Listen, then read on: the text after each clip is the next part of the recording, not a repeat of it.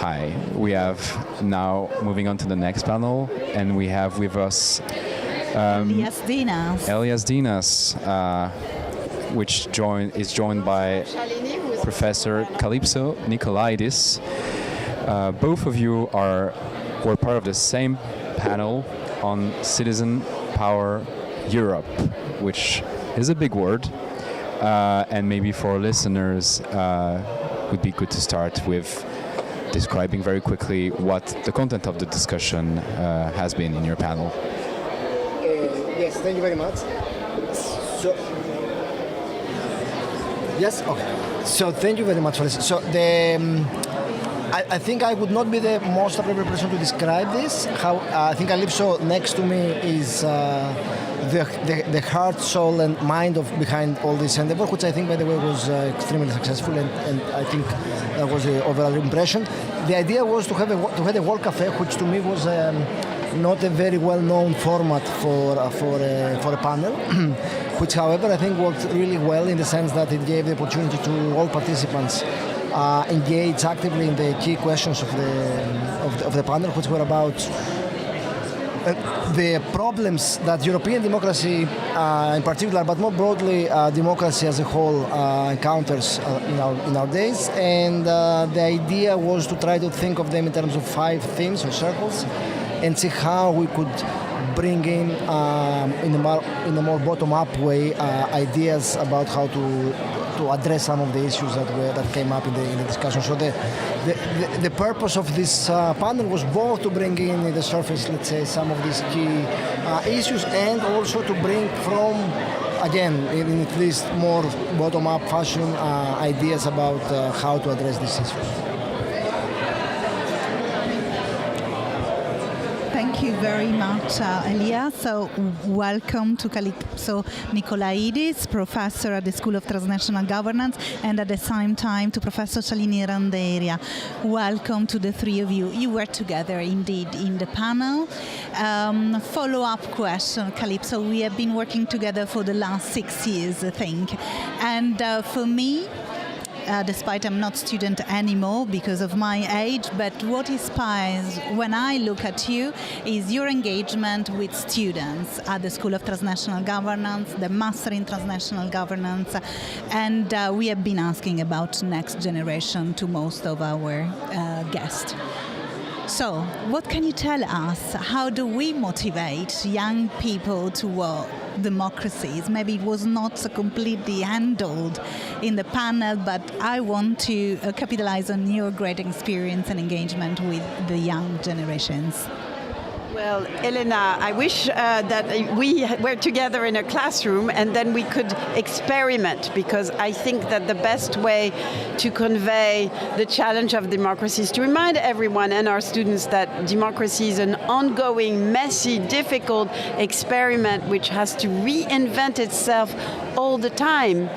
And so in the classroom, the last thing you want to do is be the authority top-down, explaining to students that Tocqueville and Socrates and Weber and Schmidt, what they said. No, it's about students experiencing all sorts of ways in which they can reclaim their agency in the classroom as a metaphor for the classroom of life, for the classroom of democracy. And the way I do it in class is that my class on democracy is actually an ongoing experimentation with many methods of involvement. But what I do at the end convey is that we and it's not me motivating the students, it's as much the students motivating me, coming back to your question. And because together we become what we can refer to as a hive mind, a collective mind. It's not just a bunch of individuals that you aggregate randomly, but we learn to think together better than individually, yes, but through our very different preferences and fears and anguishes and dreams. And if we put all of them together, we put them together on Google Docs. We put them together through World Cafes. And I try to, in fact, today, we try to reproduce a bit that spirit of the classroom, of learning together and teaching to each other. Because at the end, my definition of democracy is how we each write ourselves in the collective story. Thank you very much. Fascinating answer. Shalini Randeria, very nice to have you on Radio Cavolo. I wanted to ask you about the panel discussion, and given that apparently it's a hive mind experience, have you learned anything in that panel, and what did you come out of the panel with? So we were discussing. It's okay?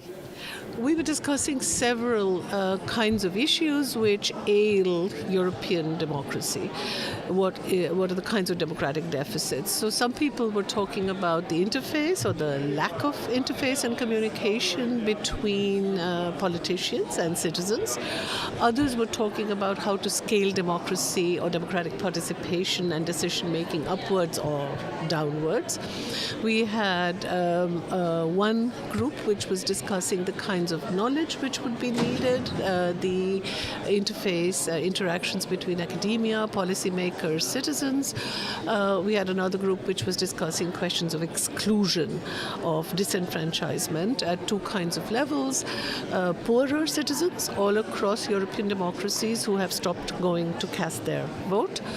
Also citizens who do cast their vote but are unable to participate beyond elections. There is a huge need to mobilize citizen participation into sustained engagement and involvement.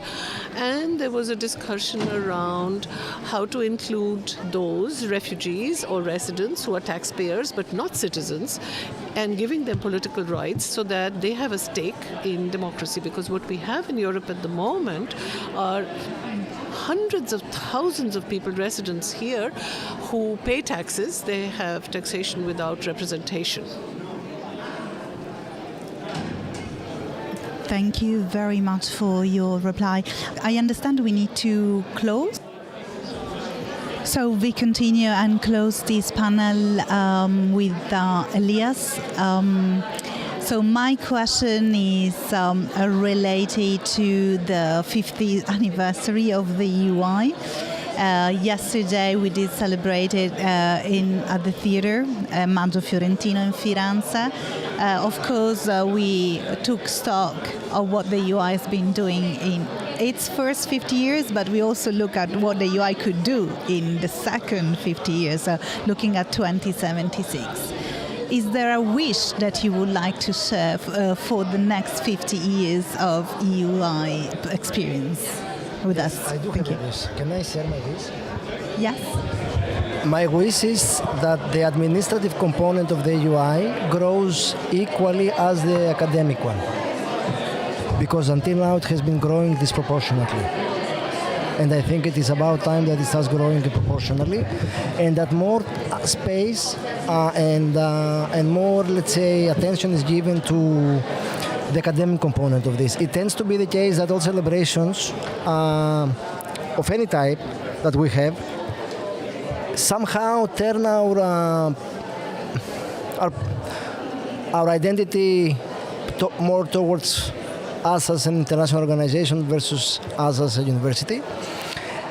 And the EUI is born as a university and will live and die as a university, in the sense that we will have to live and die as a university. We cannot transform ourselves into a think tank. I don't think this will be a way to survive in the long run. And I do think that there's been an extremely interesting and important work and progress that has been taking place at the core of the academic content within the UI, which means that the 4 departments and the additional units, the Schumann and the STG, that needs to be highlighted more. So this is, to me, the wish. The wish would be to start looking at the academic output more as a university rather than as almost a byproduct of other things that we think bring value to our existence. Thank you very much, Elias. And Yes, your word that very much interesting because also you have un'esperienza pregressa here as research students. So you bring together, I believe, the alumni voices as well as the professor. No, but this hasn't changed the way I think about this, in the sense that this is not as a residue of my previous, let's say, experience as a PhD student here, as a researcher. If anything, seeing the other side now of the having already for the last 8 years, having been positioned to see the other side of the curtain in a way, has reinforced, if anything, has generated this view to me. All I'm trying to say is that we are here in order, and we deserve to exist in order to level up excellence across the European continent, especially the periphery. Thank you very much, Elias.